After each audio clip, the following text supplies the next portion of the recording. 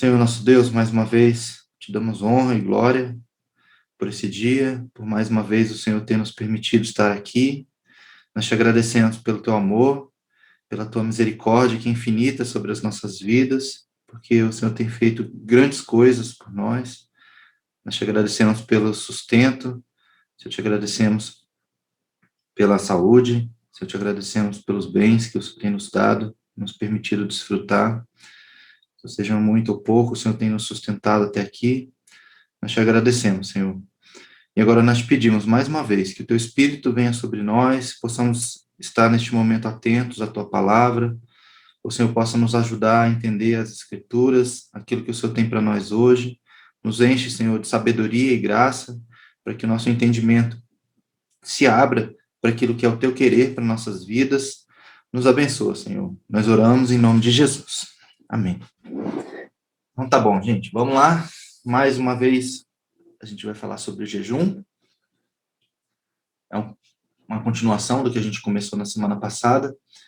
E a gente vai aprofundar um pouco mais, tá? Deixa eu compartilhar a tela aqui com vocês. Então vamos lá. O que nós vamos ver hoje, então, na nossa conversa? Vamos falar sobre o verdadeiro jejum. O que é o verdadeiro jejum? Não é o que a gente já aprendeu? Sim, mas tem um pouco mais. Por isso que eu falo que a gente vai... Porque a gente vai aprofundar hoje. A gente vai falar sobre o poder da oração, mais o jejum. A gente vê isso na Bíblia de forma muito clara. Vamos falar mais uma vez sobre esse tema. Estamos em guerra. É importante vocês entenderem isso definitivamente. Vamos falar também sobre o amor de Deus e o favor de Deus, que é uma confusão muito grande que as pessoas fazem. Um tema também que é interessante é esse das embalagens não esperadas, e vamos falar da nossa atividade dessa semana. Esses são os nossos temas de hoje. Para a gente começar, então, a gente vai ler o texto de Isaías 58. Eu vou projetar ele na tela, então hoje não precisa se preocupar em abrir sua Bíblia, porque a gente vai expor o texto aqui, uma parte de cada vez, tá? Então, a gente, em vez de ler tudo e fazer um comentário, a gente vai ler uma parte, comentar, e assim por diante. Só para a gente ficar todos na mesma página, porque teve gente que não assistiu o conteúdo da semana passada, vocês escreveram lá no questionário. Eu não vou nem mostrar o questionário aqui para vocês hoje, tá? Para a gente não gastar tempo. Foi muito bom ver as respostas de vocês, mas alguns de vocês disseram que não conseguiram assistir o conteúdo, então eu vou fazer uma recapitulação aqui, rapidinho. Então, a gente falou sobre jejum na semana passada. Jejum não é um mandamento, mas é uma expectativa de Deus. Deus espera que a gente faça jejum. Não está escrito na Bíblia, faça jejum ou jejue, como um mandamento, mas é uma expectativa de Deus, porque Jesus, quando ele ensinou sobre jejum, ele falou assim: quando vocês jejuarem, façam assim, assim, assim. Então, era uma expectativa de Deus que a gente jejuasse. A gente falou muito sobre como o jejum é esvaziar-se e abrir espaço para que Deus venha sobre nós. Aí teve aquele vídeo do copinho, que é importante, quem não viu o conteúdo da semana passada, assista, senão vocês vão ficar um pouco perdidos aqui, tá? Falamos sobre vários motivos bíblicos para você jejuar, pelo menos uns 10 ali. Falamos sobre os tipos de jejum que a gente encontra na Bíblia e os tempos de jejum que são previstos biblicamente. Falamos também no final sobre aquela avaliação que todos precisamos fazer, né? Estamos cheios de quê? E aí a gente leu o texto de Gálatas 5, que fala sobre as obras da carne e sobre o fruto do Espírito. E a reflexão que foi proposta, eu espero que vocês tenham pensado sobre isso, porque no fim é o que é mais importante de tudo isso aqui. É a gente perceber o que a gente está colocando dentro de nós. O que tem mais? A gente tem mais fruto do Espírito? Você tem mais amabilidade, bondade, paciência, domínio próprio? Ou você tem mais das obras da carne, da mentira, do egoísmo, da lascívia, da luxúria, dos sentimentos negativos? O que está mais preenchendo a sua vida? E é a reflexão que a gente precisava fazer, e compreendendo isso, fazer jejum. Essa foi a nossa reunião da semana passada, nossas atividades dessa semana. E hoje a gente dá continuidade, tá? Eu perguntei para vocês, né, como foi o jejum de vocês, lá no questionário, se foi difícil, se foi fácil. Teve respostas muito variadas, mas a maioria das pessoas disse que foi difícil. E realmente é difícil, tá? É difícil fazer jejum, porque a gente não está acostumado a ficar sem comer, ou abrir mão de alguma outra coisa, né? Algumas pessoas tiveram dificuldade para fazer o jejum de alimento, e o que eu sugeri é faça jejum de outra coisa. Por exemplo, faça jejum de redes sociais ou do WhatsApp, sei lá. Algo que te afasta de Deus, porque a gente sabe, gente, vamos ser sinceros e transparentes aqui, rede social dificilmente vai te aproximar de Deus. Muito pouco provável que você, no seu uso comum de redes sociais, você se aproxime de Deus. Pode ser que você até busque algum conteúdo ali que tenha a ver com a tua vida espiritual e tudo mais, mas isso é exceção, a gente sabe disso, né? Eu tô falando porque eu também sou usuário de rede social, eu sei como é. Então, é um motivo também de jejum, se a gente for pensar bem, né, na ênfase principal do jejum, que é a gente se esvaziar para dar espaço para Deus. Se a gente está enchendo as nossas vidas de redes sociais, Netflix, jogos, sei lá, ou qualquer outra coisa aí do meio digital, né, que a gente vive muito nele, nesse mundo digital. Qualquer coisa dessa que esteja te afastando de Deus também pode ser um alvo de jejum. Então, para alguém que ainda está com dificuldade de jejuar porque não consegue ficar sem comer, faça um jejum assim. Faça um jejum de palavras. Escolha ficar sem agredir as pessoas com as palavras, ou qualquer outra coisa, sabe? Se você está em jejum, você vai ficar consciente disso, se você fizer direitinho conforme a gente está ensinando. Você vai estar consciente desse propósito que você fez diante de Deus e você vai ter dificuldade de fazer o que você se comprometeu a não fazer. Por exemplo, se você se comprometer a não ficar usando redes sociais, por exemplo, e você está em jejum em favor disso, você vai pegar o celular, na hora que você pegar ele na mão, você vai ficar assim, eu me comprometi a não fazer isso. E você, estando de jejum, fortalece muito isso. Uma das pessoas respondeu assim no questionário, ele disse assim, que achou que ia ser mais difícil do que foi realmente, e no fim das contas foi muito bom, e o sentimento dele é que ele estava 100% do tempo alarmado no sentido de estar em alerta, né? A respeito das coisas, e isso foi muito bom para ele. A maioria das pessoas que faz um jejum direitinho tem esse mesmo sentimento ou sensação de que está sempre em alerta, no sentido de que você está atento. E eu falei, na verdade eu não falei, eu escrevi em um dos slides na semana passada, eu acabei não falando, mas tinha um slide que estava escrito assim, ó, a fome durante o teu tempo de jejum, primeiro, ela não é para impressionar a Deus. Deus não fica impressionado com a sua fome. Eu estou com muita fome e Deus vai ficar impressionado com isso. Deus não vai ficar impressionado. Em segundo lugar, a fome, na verdade, no fim das contas, ela é a sua aliada, ela não é sua inimiga no tempo do jejum. Se você está com fome, você vai se lembrar que você está em jejum. E a hora que você se lembra que você está em jejum, você vai lembrar o motivo pelo qual você está em jejum.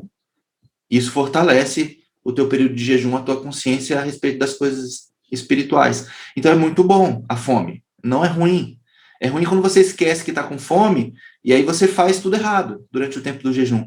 Teve uma pessoa que disse assim, eu não percebi nada muito diferente durante o meu tempo de jejum, talvez porque eu não tenha dedicado tempo a Deus durante o período do jejum.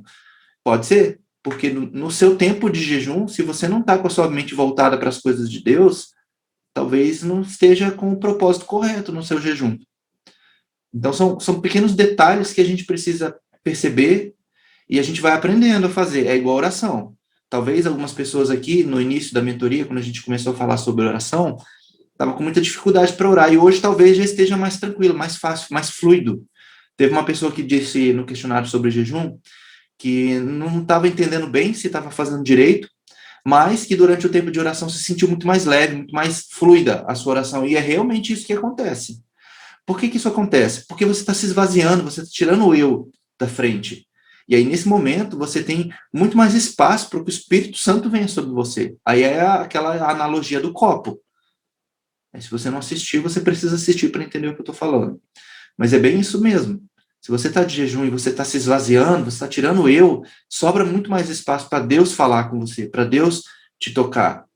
E uma outra coisa que eu perguntei, e que eu até falei ontem na reunião de mentoria que a gente teve com o nosso grupo, é que eu não espero que ninguém tenha experiências novas quando a gente faz a pergunta sobre o jejum.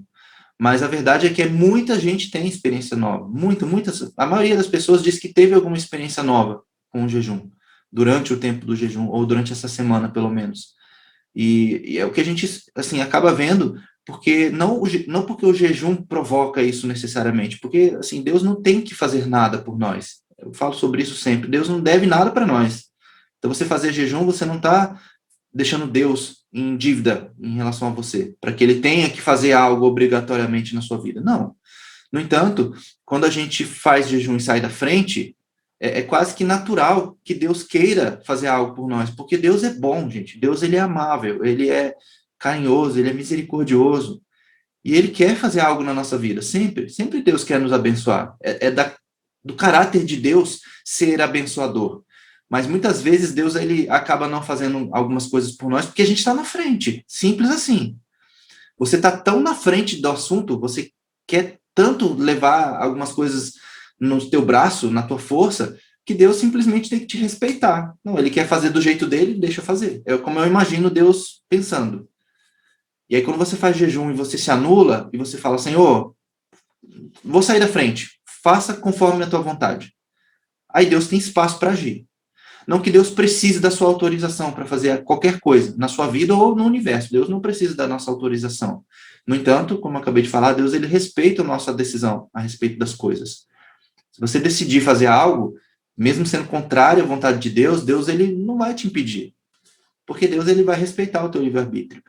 Então, o tempo do jejum é muito essa ênfase de sair da frente, de deixar Deus agir, de se humilhar e reconhecer que nós, pela nossa própria força, a gente não pode, mas que Deus pode, no seu poder, na sua misericórdia, atuar nas nossas vidas. Essa é a ênfase que a gente quer dar no jejum, né?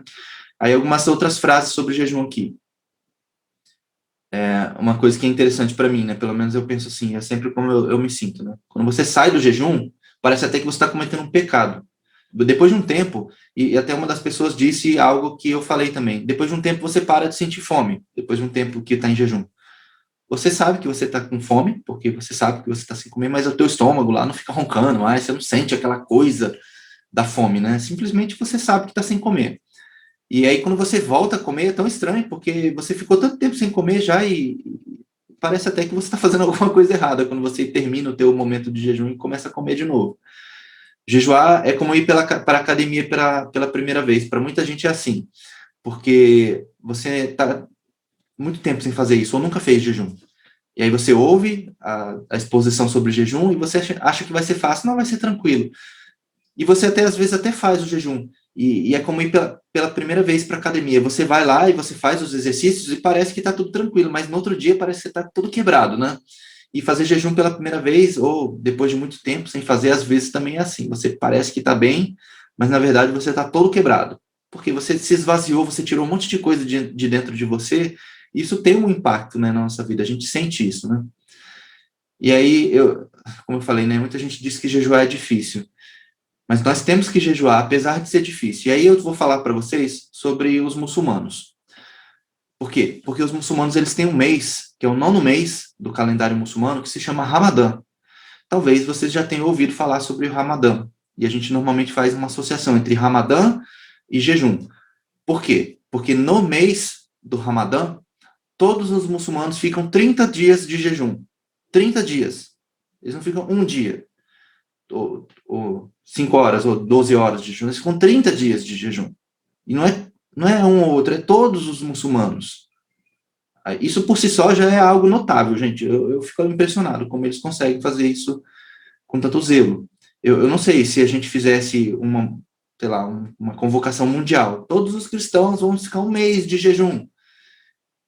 Eu, sinceramente, eu sendo muito transparente com vocês, eu acho que não ia dar certo. A gente não ia conseguir. Porque para ficar um dia de jejum, a gente sofre.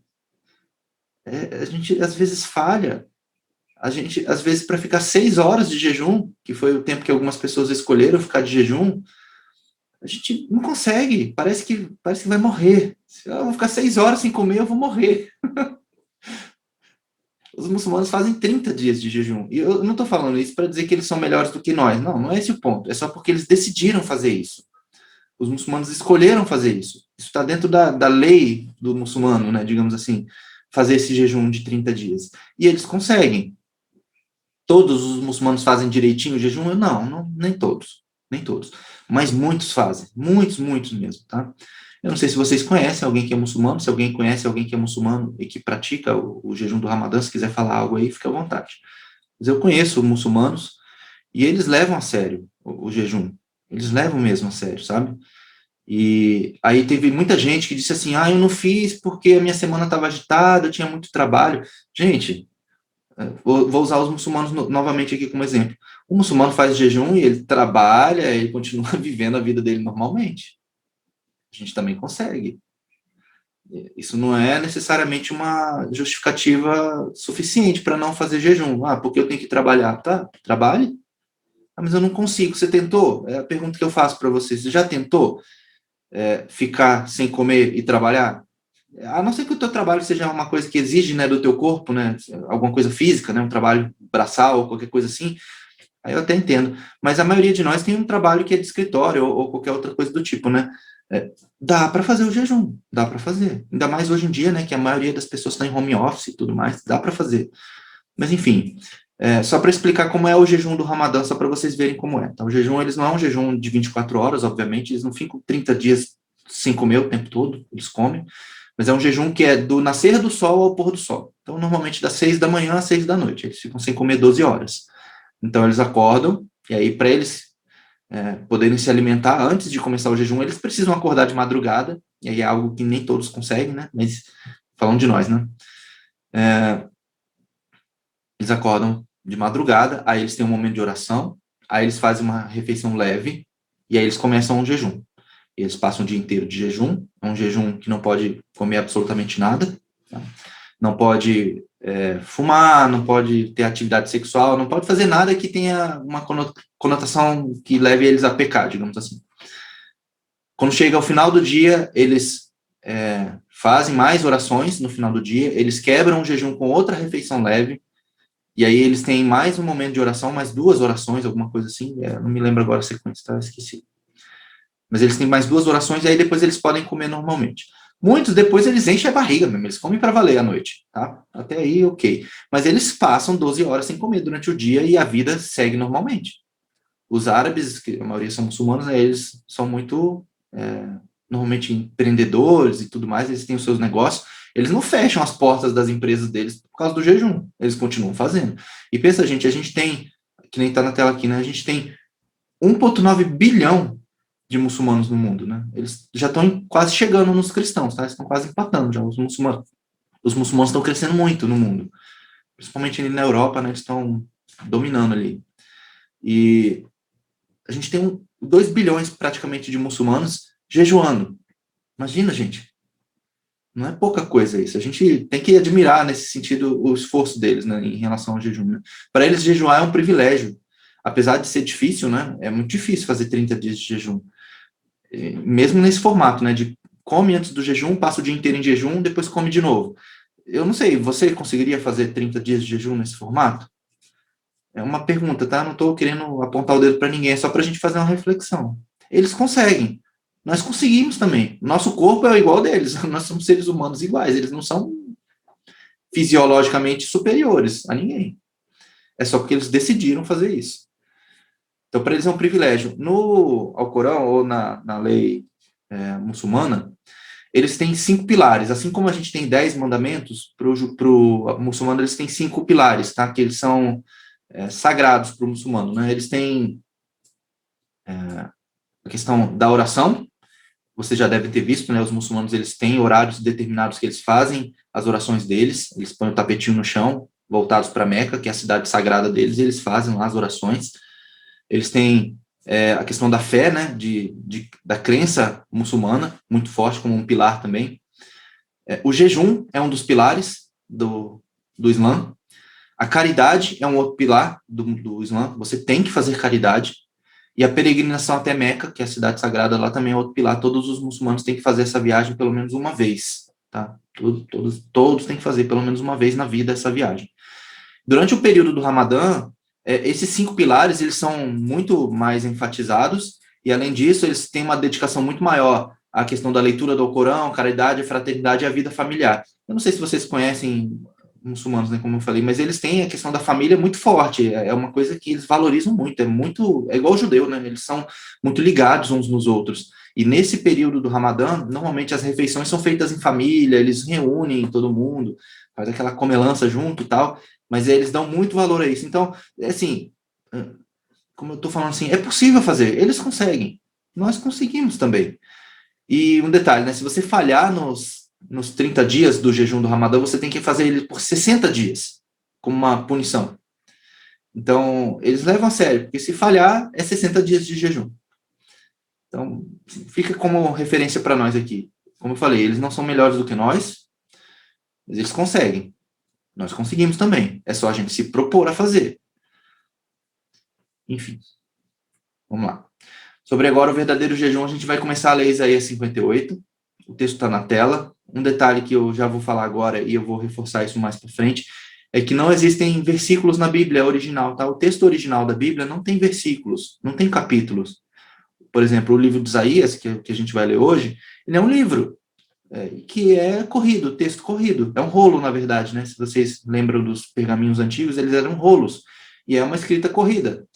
E eu tirei os versículos aqui justamente para a gente não ficar preso neles, porque quando você fica preso nos versículos, às vezes, isso é muito comum, você tira o texto do contexto, porque você lê só uma parte da fala de quem está escrevendo e você ignora que aquilo tem continuidade, ou que aquilo tem algo antes. E você pega só um versículo para ler e você tira ele do contexto e você entende errado o que o autor quis dizer. Então, a gente vai começar a partir de agora, dar um pouquinho mais de atenção nessa forma de ler a Bíblia. A gente vai tentar não ler ela mais de forma isolada, sem contexto. E é o que eu recomendo para vocês desde já, tá? Mas vamos ler aqui, então, o texto de Isaías 58. Começa dizendo assim. Deixa eu pegar a canetinha aqui. Grite alto, não se contenha, levante a voz como trombeta, anuncie ao meu povo a rebelião dele e a comunidade de Jacó os seus pecados. Quem que está falando isso? Deus. Deus está falando isso para quem? Para o profeta Isaías. Ele está falando, Isaías, grite. Essa é uma mensagem que o povo precisa ouvir. Você tem que falar isso como se fosse uma trombeta. Sabe quando tem aqueles anúncios? Que eles tocam trombeta para os anúncios? É isso que Deus queria que Isaías fizesse. E aí, qual é a mensagem que Deus quer que Isaías leve adiante? Essa daqui, ó. Agora, Deus falando para o povo de Israel. Mas isso se aplica para nós também, porque aqui tem princípios, tá? Deus estava falando especificamente para o povo judeu, mas aqui tem vários princípios que se aplicam a nós também, tá? Então, vamos entender assim. Ó, pois dia a dia me procuram, parecem desejosos de me conhecer, de conhecer os meus caminhos. Como se fossem, ou seja, como se estivesse fingindo, né? Uma nação que faz o que é direito e que não abandonou os mandamentos do seu Deus. Pedem-me decisões justas e parecem desejosos de que Deus se aproxime deles. E aqui a gente já começa com assim, as primeiras reflexões duras, né? Veja que não sou eu que estou falando isso, é o próprio Deus falando isso para o seu povo. E nós somos povo de Deus também. E aqui Deus, a primeira coisa que ele está confrontando aqui é a hipocrisia. É você dizer que quer algo, na verdade você não quer. É você falar que faz algo e na verdade você não faz. É aquela questão da falsidade, aquela coisa, a questão da questão externa, né, de você mostrar para alguém algo, mas que aquilo não é verdadeiro. E aqui o que Deus está confrontando o povo é que o povo parece querer um relacionamento com Deus. Ele até diz que quer um relacionamento com Deus. Mas isso, será que é verdade? Porque se Deus está confrontando o povo em relação a isso, possivelmente não é. Possivelmente é só uma máscara. E aí, volta para nós agora a reflexão. Será que nós nos portamos assim diante de Deus, como quem parece querer alguma coisa? E, na verdade, não é bem isso? Então, é a primeira reflexão aqui. Hipocrisia é algo que Deus abomina. Abomina. Deus, assim, ele vai falar muitas vezes durante todo o texto bíblico sobre a hipocrisia, como isso é detestável aos olhos de Deus. A gente precisa ser verdadeiro, até porque, gente, o que a gente tem, assim, como a gente poderia enganar Deus, que conhece todas as coisas? Não tem como. Então, não faz sentido a gente tentar fingir algo para Deus. É melhor a gente ser sincero com Ele. Se você está com alguma dificuldade para seguir em frente na sua caminhada, ou está com dificuldade para orar, ou qualquer coisa, seja sincero com Deus. Fala, Deus, eu não consigo. Tá difícil. Me ajuda. Sabe? Porque é melhor você fazer isso do que você fazer uma oração ou um jejum, que é o nosso tema aqui, só por fazer, só para dizer que está fazendo. Para Deus não vale. E continuando o texto. Aí Deus falando o que o povo fala, né? Por que jejuamos, dizem, e não o viste? O povo falando para Deus, Senhor, nós jejuamos, o Senhor não viu? Por que nos humilhamos e não reparaste? O Senhor não viu que a gente está se humilhando aqui? Qual que é a humilhação? É o jejum, né? Então, como eu falei na semana passada, o povo judeu, sempre que ele quer se humilhar diante de Deus, a atitude comum deles é o jejum, colocar roupas com pano de saco e colocar cinzas na cabeça, né? Jogar poeira por cima da cabeça, né? É a forma como eles demonstravam humilhação. E aqui o povo está perguntando para Deus, Senhor, o Senhor não viu? O Senhor não está vendo que a gente está se humilhando? E aí, a gente volta na reflexão lá do texto de Mateus 6, quando Jesus ensina sobre o jejum, ele fala sobre os hipócritas que, quando jejum, eles ficam com a aparência desfigurada, como se estivessem tristes, ou abatidos, ou qualquer coisa assim. E aí Jesus fala assim, não adianta vocês jejuarem para serem vistos. Se você quer ser jejuar para ser visto, a sua recompensa é ser visto. Você já foi visto. As pessoas viram, tá de jejum, beleza. E é só isso que você vai receber. E aí Jesus ele fala que você deve fazer o contrário. Quando você estiver de jejum, você tem que ungir a sua cabeça com óleo para sua aparência ficar boa, para que ninguém saiba que você está jejuando. E Deus, que vê em secreto o seu jejum, vai te recompensar publicamente. Então, jejuar para ser visto não funciona. Segunda coisa, o povo aqui é como se ele estivesse exigindo algo de Deus. O senhor não está vendo que a gente está jejuando? Cadê a recompensa do jejum? E, assim, algo que a gente precisa, né, entender definitivamente também. A gente não pode exigir nada de Deus. O jejum, ele não é uma barganha, como eu já falei, não é uma troca. E eu faço uma analogia aqui, que talvez ajude vocês a entenderem, que nosso relacionamento com Deus, ele não é um contrato. Como assim? Contratos, via de regra, eles são instrumentos onde as duas partes que celebram o contrato têm poder na negociação. Então, vou dar um exemplo para vocês. Vamos imaginar que eu queira construir uma casa e eu quero que alguém construa a casa para mim. Eu vou fazer um contrato com um construtor. Em troca do trabalho do construtor, eu dou dinheiro. E ele, em troca do dinheiro, me dá trabalho. Então, ambas as partes têm algo para oferecer e algo para receber num contrato. Todos os contratos, via de regra, são assim. Você tem algo, em troca você oferece algo, certo? Com Deus não é assim.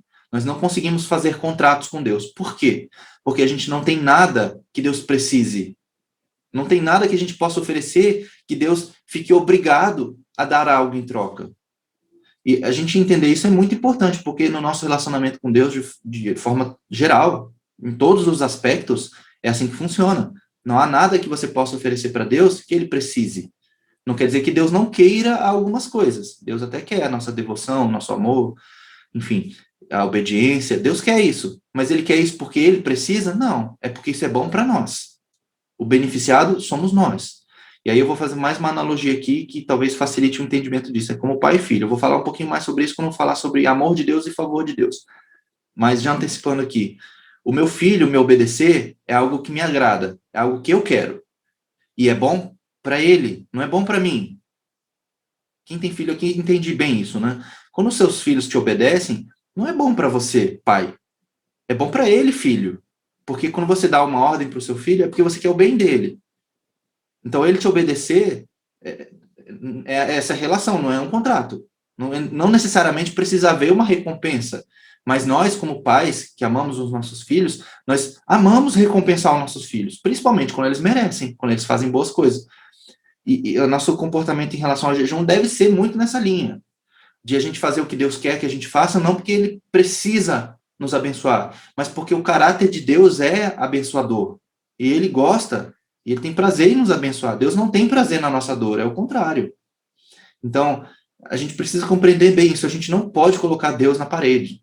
Senhor, eu fiz um jejum, e aí? Cadê? Que é bem o que o povo estava fazendo aqui, né? E continuando. Contudo, no dia do seu jejum, vocês fazem o que é do agrado de vocês e exploram seus empregados. Aqui tem mais um princípio. No dia do jejum, ou no momento que você está em jejum, a gente tem que entender que é um momento de abrir mão daquilo que é nosso, daquilo que é o eu, daquilo que é o meu. E o povo aqui, ele fazia justamente o contrário. Eles continuavam fazendo o que eles gostavam, inclusive explorando os empregados. Porque eles tinham, naquela época ainda existia, né, escravos e tudo mais, e o que dá para entender aqui é que no dia do jejum, que as pessoas faziam jejum ali, eles exploravam os empregados e talvez até fossem mais rigorosos com os empregados. E não é isso que Deus espera, porque Deus espera que nós, no dia ou no momento de jejum, a gente esteja abrindo mão daquilo que é valioso para nós. Que seja o que for, tá? E cada um sabe os seus motivos para jejuar, né? E se a gente não faz isso, aí o jejum ele tá voltado para nós, de novo, né? Não para Deus. E continuando aqui, ó. O seu jejum termina em discussão e rixa, em brigas de socos brutais. Vocês não podem jejuar como fazem hoje e esperar que a sua voz seja ouvida no alto. Esse tipo de jejum é um jejum que não funciona, é greve de fome. No máximo, um regime, você vai perder umas gramas. O que essa parte do texto ela me diz? Que se você faz jejum, mas você não abre mão do pecado, das coisas que desagradam a Deus, que são pecaminosas de forma geral, né? Que tá alguns exemplos, né? Discussões, rixas, brigas. Se você não abre mão disso, ou se você não consegue se abster disso durante o período de jejum, não espere ter a sua voz ouvida no alto. Não vai ser ouvida. Continuando. Aí Deus falando, né? Será esse o jejum que escolhi? Que apenas um dia o homem se humilhe, incline a cabeça como junco e se deite sobre pano de saco e cinzas? É isso que vocês chamam de jejum? Um dia aceitável, Senhor? Aí esse será aqui foi o que pus, né? Não está no texto, né? E aí, mais uma vez, aqui volta a reflexão para nós. Será que Deus espera, é isso? Que a gente faça um dia de jejum? E aqui não é o ponto da quantidade de tempo de jejum, mas é a atitude do jejum. Será que é só um dia? Só de vez em quando? É só quando tiver uma emergência, uma situação, ou qualquer coisa assim, que a gente deve se humilhar diante de Deus e reconhecer que Deus é Deus e eu não sou Deus? Será que é só um dia? É isso que vocês chamam de jejum? Um dia aceitável, Senhor? Um dia eu faço tudo certo. E no resto eu faço tudo errado. Será que é isso que Deus espera de nós, gente? Porque, mais uma vez, a gente precisa, assim, entender bem essa questão do jejum, que não é simplesmente porque você está com fome, ou que você deixou de comer alguma coisa, ou que você abriu mão de algum prazer. Não é por causa disso que tudo se resolveu agora. É porque o jejum ele tem que ter essa conotação de abrir mão de nós mesmos, de nos esvaziarmos. E isso é algo que a gente precisa fazer sempre, gente. Sempre, sempre, sempre. Um dia apenas de consagração a Deus não vai resolver. Você não vai produzir em você o fruto do Espírito com um dia de consagração, porque a gente precisa permanentemente estar em um processo de santificação, de aperfeiçoamento. Agora, se você só faz isso, você só se preocupa em se santificar, em se afastar do pecado, em viver uma vida cada vez mais santificada, só no dia do jejum, então não adianta, não vai ser suficiente. É isso que está escrito aqui. Continuando. Agora Deus vai começar a falar qual é o jejum que ele quer. E aqui a gente tem que aprender também. A gente tem que viver isso aqui. O jejum que desejo não é este? Soltar as correntes da injustiça, desatar as cordas do jugo, pôr em liberdade os oprimidos e romper todo o jugo. Eu não sei se vocês sabem o que é jugo. Eu acho que eu pus uma foto aqui, deixa eu ver. Mas o jugo, deixa eu mostrar já, vai. O jugo é essa peça de madeira aqui, ó, que fica entre os animais para eles trabalharem. Isso aqui, ó. Essa peça de madeira aqui. O jugo é uma coisa boa, tá? Só para deixar claro. Normalmente, quando a gente vê a palavra jugo, a gente acha que é julgamento, né? Não é, não tem nada a ver com julgamento. O jugo é uma coisa boa. Por que é uma coisa boa? Porque quando os animais estão com essa peça de madeira aqui, eles trabalham juntos. E se eles estão com um jugo desigual, por exemplo, né? Vamos imaginar que esse boizinho aqui está com o jugo mais alto para o lado dele. Esse boizinho aqui vai puxar mais peso. Entenderam? Ou, se não tivesse o jugo, né? Imagina que não tem essa peça aqui para os animais andarem juntos. Um dos dois podia estar indo na frente do outro e puxando mais peso. Então, o jugo é uma coisa boa, tá? Só para deixar claro, ele é bom. O problema é quando o jugo ele se torna um jugo opressor, né? Como está aqui, né? Nesse outro slide aqui, não? Um jugo opressor. A gente já vai falar sobre isso. Ou um jugo desigual. Então, o que Deus espera é que, assim, em relação àqueles que estão presos, porque o jugo era uma peça que prende, né? É que a gente tenha a atitude de libertação, de resgate, de perdão. Porque às vezes a gente prende as pessoas por não perdoar elas, por exemplo. É como se ela estivesse presa ali. Não sei se vocês conseguem entender isso, mas também tem muitas pessoas que estão presas em pecados E a gente precisa fazer algo por elas também. As pessoas estão presas numa ilusão, às vezes, na vida. Elas estão presas em situações que são, às vezes, espirituais, mas muitas vezes emocionais também. E a gente pode fazer alguma coisa. O que Deus espera de nós é que a gente haja, que a gente faça algo a respeito disso. Você está vendo injustiças, você está vendo gente presa, gente que precisa de perdão, de misericórdia. Faça algo a respeito. É isso que Deus espera. Continuando, não é partilhar sua comida com o faminto, abrigar o pobre, desamparado, vestir o nu que você encontrou e não recusar ajuda ao próximo? Não é esse o jejum que Deus espera, na verdade? Aqui a gente tem a conotação de dividir, cuidar, abrir mão de si mesmo, que é o que a gente vem falando, é você se esvaziar. E aqui é uma atitude no mundo real, isso aqui não é no mundo espiritual, é no mundo real partilhar comida com o faminto. Quantas vezes a gente faz isso? Ou abrigar o desamparado, ou vestir o nu, ou não recusar ajuda ao próximo. O jejum que Deus espera não é esse? Continuando. Aí sim, se você fizer aquilo que está escrito ali atrás, que a gente acabou de ver, aí sim, a sua luz irromperá como a alvorada e prontamente surgirá a sua cura. Pensa só, quando você faz aquelas coisas que a gente viu, abrir mão de si mesmo, ajudar o próximo e tudo mais, quem é o beneficiado? É você, ó, surgirá a sua cura. A sua retidão irá diante de você e a glória do Senhor estará na sua retaguarda. Aqui tem muita coisa nesse trecho aqui do texto, mas eu vou tentar resumir aqui. Primeira coisa, né? A luz em romper como uma alvorada, eu não sei se vocês já viram o sol nascer, talvez a maioria já tenha visto, mas é muito interessante, porque está escuro, escuro, escuro. E muitas vezes, ou na maioria das vezes, você vê a luz do sol antes de você ver o sol. Não sei se vocês já repararam nisso, né? Você vai vendo a luz chegar, mas você não vê o sol ainda, porque, obviamente, né, a curvatura da Terra e tudo mais, mas o sol, ele vem antes, inclusive, a luz do sol, ela vem antes do próprio sol, né, da bolinha, né, aparecer, né. É um pouco disso que vai acontecer com nós. Se a gente fizer um jejum direitinho, a nossa luz, ela vai na nossa frente. Às vezes você não precisa nem necessariamente aparecer para que o resultado daquilo que você está fazendo, ele já comece a surtir efeitos. E Jesus, ele fala muito sobre a gente ser luz no mundo, né? A gente vai falar mais sobre isso mais para frente, tá? O nosso papel como luz do mundo. Mas é o que a gente precisa ser. A luz sempre vence as trevas, gente. Sempre, sempre, sempre. Tem uma analogia também que eu gosto, que diz o seguinte: a menor luz, ela vence a maior das escuridões. E aí um exemplo para vocês. Pensa numa fagulha, ou sei lá, numa faísca, ou numa chama, numa brasa pequenininha. No meio de uma escuridão, você consegue enxergar aquela brasa e ela ilumina, mesmo que pouco, ela ilumina. Não importa o tamanho da escuridão e nem o tamanho da luz. A luz sempre vence as trevas. Sempre, sempre, sempre. E quando a gente está com um jejum correto, a gente vai ser luz no meio das trevas. Então, se você quer ser luz no meio das trevas, você precisa fazer um jejum. Mas o jejum correto, esse que a gente está vendo aqui agora.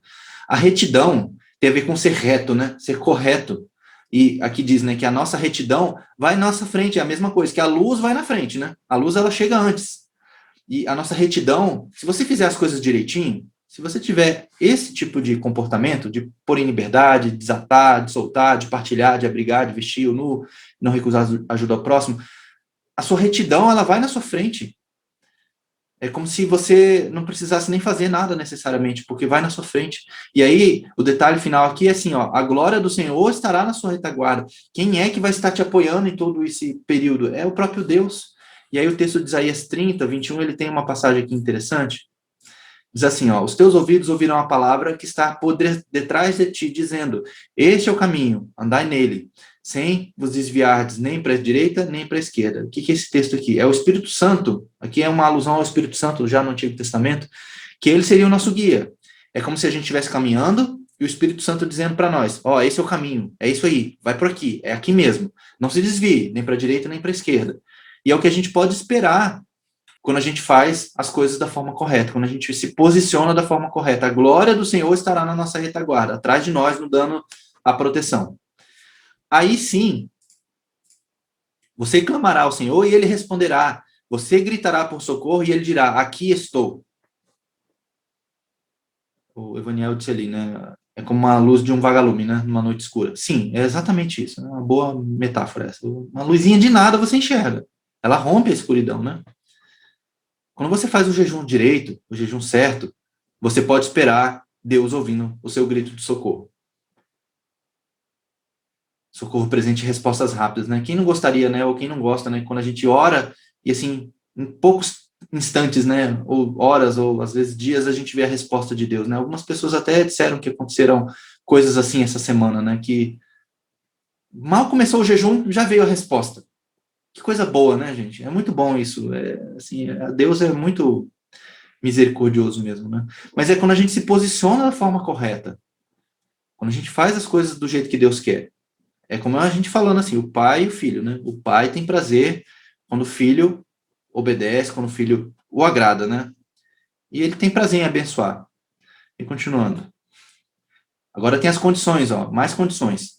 Se você eliminar do seu meio o julgo opressor, que é o que a gente já comentou, o dedo acusador e a falsidade no falar. Essas três características aqui, ó. O opressor, o acusador e o falso, o mentiroso. De quem são essas três características? Vamos ver se vocês sabem.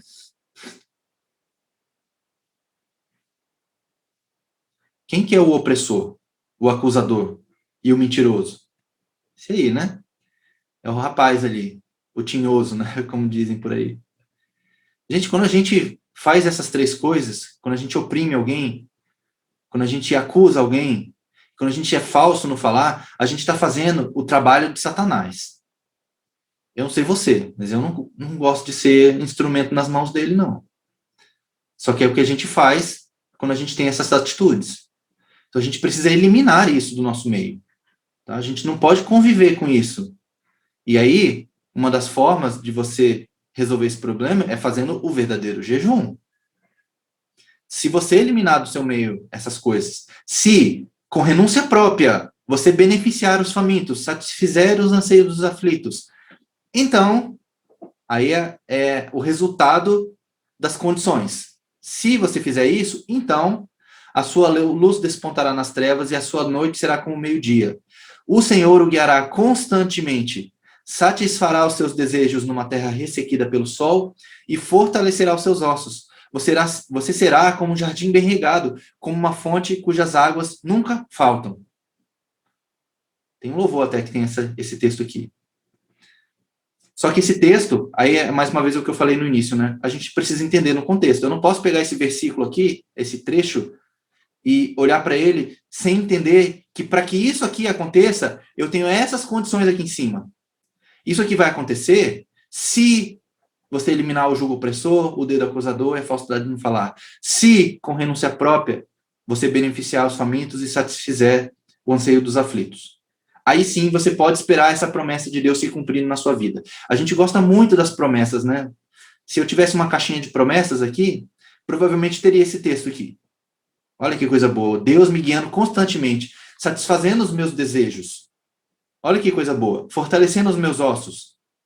Que bênção, né? Muito bom. Glória a Deus por isso. Sim, mas para que isso aconteça, existem condições. As promessas de Deus, elas muitas vezes são condicionais. Você quer a promessa? Então você precisa conhecer qual é a condição da promessa. Não é simplesmente pegar a promessa e falar, eu quero. Tudo bem, você quer? Veja qual é a condição. A recompensa, né, vem quando a condição é cumprida. Então tá aqui, né? E no fim das contas, resumindo toda essa história aqui, o verdadeiro jejum é esse aqui, gente. É o jejum de si mesmo. É você abrir mão de você. É abrir mão das coisas que para você são importantes, mas que pode ser que para você esteja sobrando. E você tem com quem repartir, não só coisas materiais, tá? A gente normalmente pensa em coisas materiais quando a gente fala isso, né? Mas a gente pode dividir com as pessoas tempo, atenção, amor, carinho. A gente pode dividir pelas pessoas também, ou doar oração pelas pessoas, intercessão por elas, jejum pelas pessoas que estão presas nos seus pecados, as pessoas que estão distantes de Deus, que vivem escravas do pecado. A gente pode libertar essas pessoas, a gente pode fazer algo por elas. Mas para isso a gente tem que abrir mão de nós mesmos, do nosso, talvez, do nosso ego, da nossa imagem pessoal. Muitas vezes a gente pensa, né, o que vão pensar de mim se eu sair por aí falando de Deus para as pessoas, falando de Jesus ou qualquer coisa do tipo. A gente se preocupa com isso, não é verdade? E talvez o que a gente precise fazer é isso, é um jejum disso, de nós mesmos. E esse é o verdadeiro jejum. Porque tudo isso que a gente leu aqui em Isaías 58 até aqui, no fim das contas, o resumo é esse. Abra mão de si mesmo. Abra mão de si mesmo. É isso que Deus espera, que a gente olhe para os outros e não só para nós. Jesus depois ele vai lá e vai falar sobre isso, né? Os 10 mandamentos, eles se resumem em dois: ama a Deus sobre todas as coisas e o próximo como a si mesmo. E é verdade, gente, eu falo por mim também, eu não estou acusando ninguém, eu me coloco aqui como principal pecador nesse sentido. A gente, na prática, a gente não ama o próximo como a nós mesmos, sabe? Via de regra, não. Às vezes a gente faz isso, em algumas coisas a gente faz isso, mas, no geral, talvez não. A gente precisa melhorar muito, gente. A gente precisa melhorar muito, muito, muito, muito, muito. O nosso trabalho, a nossa missão como discípulos de Jesus é nos tornar cada vez mais parecidos com Ele. E todo dia um pouquinho mais, todo dia um pouquinho mais. Então, se você começou a jejuar agora, não pare, porque o jejum é talvez a arma para isso, para você se anular, para você aprender a se anular e começar a olhar para os outros mais do que para você mesmo.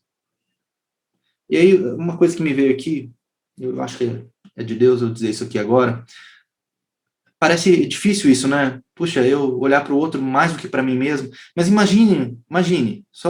imagine, sonhe, né? Isso aqui é um sonho, na verdade. Imagine se todo mundo fizesse isso. Vamos imaginar que nós aqui, 66 pessoas que estão aqui agora, se todos nós olhássemos uns para os outros, mais para os outros do que para nós mesmos. Não seria maravilhoso isso, gente? Ah, mas e eu? E como que eu fico? Alguém está olhando por você. Se todos nós estamos olhando para nós, e todos estamos vivendo isso que Deus nos ensina a viver, de amar realmente as pessoas, ninguém teria falta de nada. Pensa no mundo onde todo mundo ama o próximo, gente. Onde todo mundo faz pelo outro o que gostaria que fizesse por si mesmo. É um mundo perfeito, não é? E é exatamente isso que Deus propôs.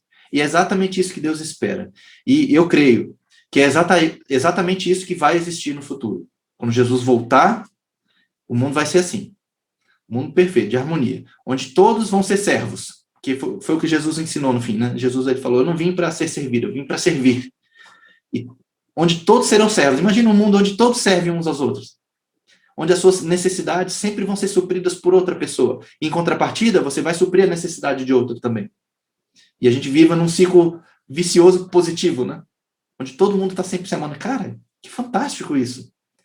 E é isso que a gente deve buscar. E a gente pode fazer um pouco disso hoje. Obviamente, a gente não vai conseguir esse mundo utópico agora, esse mundo dos sonhos, da maravilha, da perfeição. Não, não vai, porque o pecado ainda está aqui. Mas a gente pode fazer um pouco disso. A gente pode trazer um pouquinho desses valores do reino para essa terra e viver isso, e mostrar isso para as pessoas. E aí é o que a gente viu aqui. A nossa luz, ela vai despontar nas trevas. As nossas trevas vai ser como o sol ao meio-dia. Sabe? É isso que a gente precisa buscar aqui. Aí tem uma outra passagem bíblica que eu gosto muito, que essa aqui eu nunca trouxe ela aqui. Primeira vez que eu vou falar sobre isso. Sobre a passagem do vaso de alabastro. Não sei se vocês já sabem, ou já viram isso aqui, mas é uma história muito bonita. Isso aqui foi antes da crucificação de Jesus. Estava lá os discípulos, Jesus, lá em um lugar lá na casa de uma pessoa. Eles estavam comendo. E de repente chega uma mulher. E ela chegou diante de Jesus, dos discípulos, estavam todos ali. E ela pega um vaso de alabastro, que era um vaso, que o vaso por si só ele tinha valor já. O alabastro, ele é como se fosse mármore, tá? Era um material precioso, uma pedra, né? Com um valor, né? E dentro desse vaso tinha um perfume caríssimo, caríssimo, que era nardo puro, assim, era algo preciosíssimo. E ela pega esse vaso de alabastro, ela quebra e ela joga o óleo todo sobre Jesus, o perfume. Lembra que o perfume naquela época era óleo, né? Como eu já expliquei antes. E ela joga sobre Jesus, e ela joga sobre os pés de Jesus, e ela enxuga os pés de Jesus com os cabelos. O texto está aqui, acho que eu vou ler isso para vocês, até para a gente ficar com ele todo na tela aqui. Ó.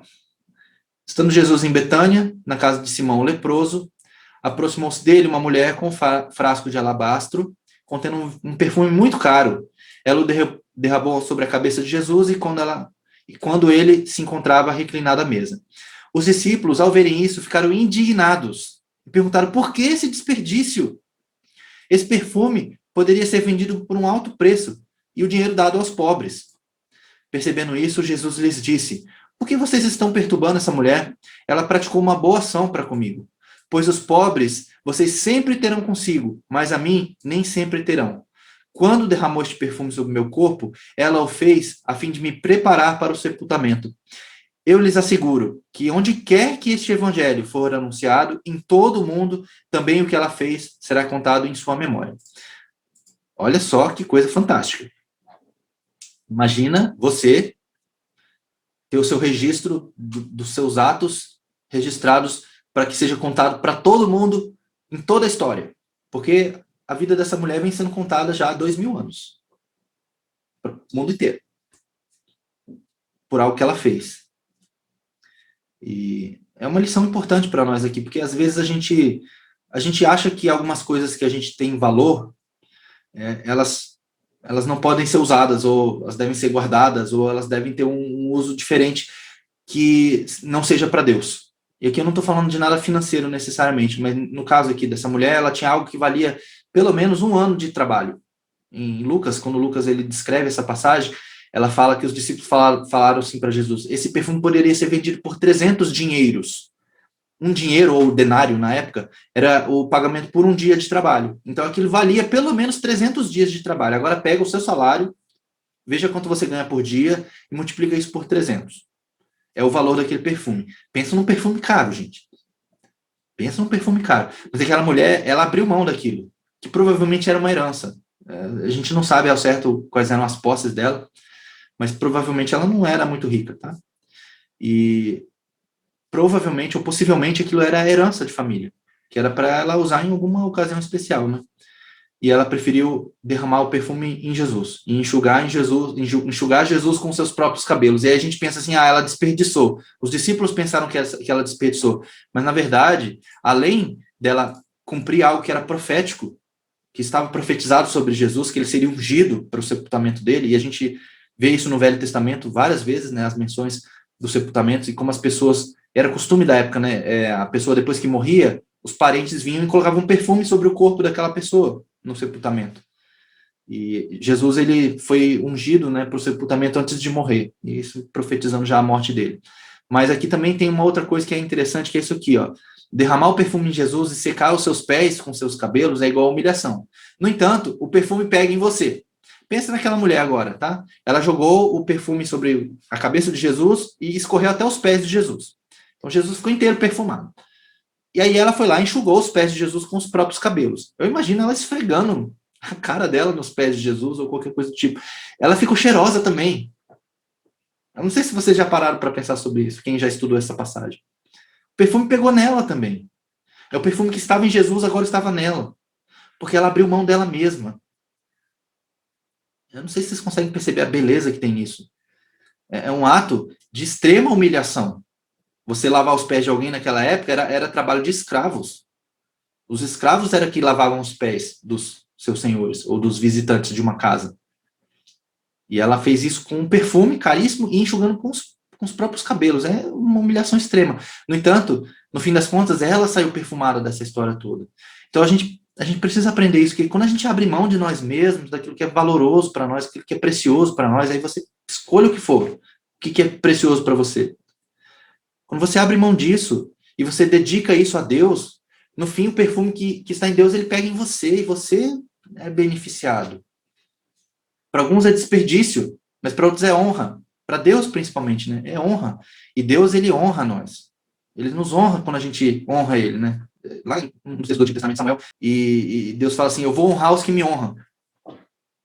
Uma passagem antiga do Antigo Testamento, mas é um princípio bíblico. Deus honra aqueles que o honram. Então, assim, é muito bonito a gente ver isso. E a honra que essa mulher recebeu é a história dela ser contada até hoje. Eu não sei vocês, eu acho que ia ser legal ter essa participação especial na história de Jesus, sabe? Enfim, continuando. Eu falei que a gente ia falar sobre isso aqui, né? O poder da oração mais o jejum. E isso é muito interessante. E vocês, alguns mencionaram durante a semana nas reuniões, Com certeza, essa questão, eu imagino que sim, teve comentários sobre isso ali no questionário, e realmente, a oração mais o jejum é um combo, assim, fantástico, poderosíssimo, e a gente tem precedentes bíblicos para isso, tá? Mas eu preciso dar um pouco de contexto para vocês, para explicar onde que a Bíblia fala sobre o poder da oração no jejum, porque muita gente entende isso errado também, justamente por entender o texto fora do seu contexto. Então, eu vou ler alguns textos aqui, só para vocês entenderem o que estava acontecendo, tá? A passagem onde a gente tem a menção bíblica do poder da oração combinado com o jejum é uma passagem lá em Lucas 9. O que estava acontecendo? Os discípulos tinham ido para uma cidade, Jesus deixou 9 discípulos na cidade e subiu com 3 discípulos para o monte. Não sei se vocês lembram, eu falei dessa história, né? Que a aparência de Jesus se alterou e tudo mais, eles ficaram lá no monte, eles ouviram Deus falar, depois eles desceram para a cidade de novo. O que estava acontecendo na cidade quando eles voltaram, né? Jesus com os outros 3 discípulos. Os 9 discípulos que estavam lá, eles estavam sendo, de certa forma, pressionados pelos mestres da lei, pelos fariseus, porque tinham uma criança endemoniada. Ela estava tendo, aparentemente, ataques epiléticos e coisas do tipo. E os discípulos não conseguiam expulsar aquele demônio. E a gente fica assim, né? Mas peraí, o que tem a ver isso, essa história toda, né? Aí que a gente precisa entender o contexto. Antes disso acontecer, tem esses 3 textos aqui que falam o que Jesus disse para os discípulos. Olha só o que ele disse para os discípulos. Primeiro, ele disse assim, convocando seus 12 discípulos, deu-lhes virtude e poder sobre todos os demônios para curarem as enfermidades. Então, sobre todos os demônios, não tinha uma limitação aqui. Jesus deu autoridade sobre todos os demônios. Em Marcos 6,7 tem a mesma passagem contada por uma outra perspectiva. Chamou a si os 12 e começou a enviá-los 2 em 2 e deu-lhes poder sobre os espíritos imundos, que são os demônios. Mateus 10, 7, 8 diz a mesma coisa. Jesus disse para os discípulos, indo pregar e dizendo, é chegado o reino dos céus, curai os enfermos, limpai os leprosos, ressuscitai os mortos, expulsai os demônios. De graça recebestes, de graças dai. Então, assim, Jesus já tinha dado autoridade para os discípulos para expulsar demônios, antes desse acontecimento, antes do menino epilético, tá?